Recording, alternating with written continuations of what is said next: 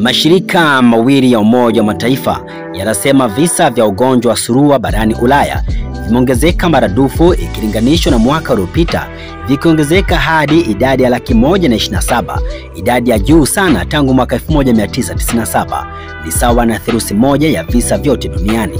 Katika taarifa ya pamoja, ofisi za UNICEF na WHO kanda ya Ulaya na Asia ya Kati zimesema watoto walio chini ya umri wa miaka 5 ni sawa na 40% ya wagonjwa katika kanda WHO barani Ulaya, ambayo inasimamia nchi 53.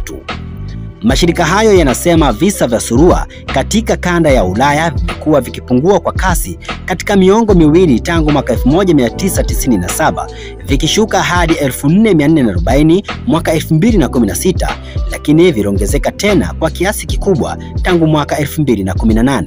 Ili kuendelea kupata habari zetu, endelea kutufuatilia kupitia mitandao yetu mbalimbali ya kijamii. Stein TV